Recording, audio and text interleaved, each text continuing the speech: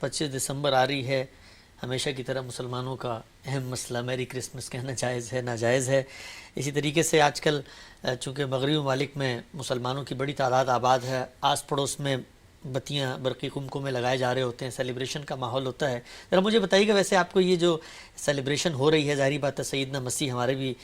پیغمبر ہیں، ان کی آمد پر ایک تہذیبی طور پر دنیا میں نظر آتی ہے، یہ سیلیبریشن کیسی محسوس ہوتی ہے؟ اور یہ میری کرسمس وغیرہ کہنا اور مسلمان کیا بتیاں لگا سکتے ہیں؟ یہ بالکل ایسے ہی جیسے ہم عام میلاد النبی ہمارے ہاں منایا جاتا ہے، یعنی رسالت مآب صلی اللہ علیہ وسلم کی پیدائش کا دن ہی ہے نا، جس کو لوگ میلاد النبی کہتے ہیں، بلکہ اب تو لوگوں نے اس کو عید میلاد النبی کہنا شروع کر دیا۔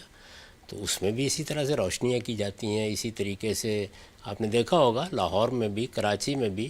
گھروں کے باہر کوئی پہاڑیاں بنائی جاتی ہیں، کوئی اس طرح کی اور چیزیں، گلیوں کو سجایا جاتا ہے، تو یہ لوگ خوشی کا اظہار کرتے ہیں۔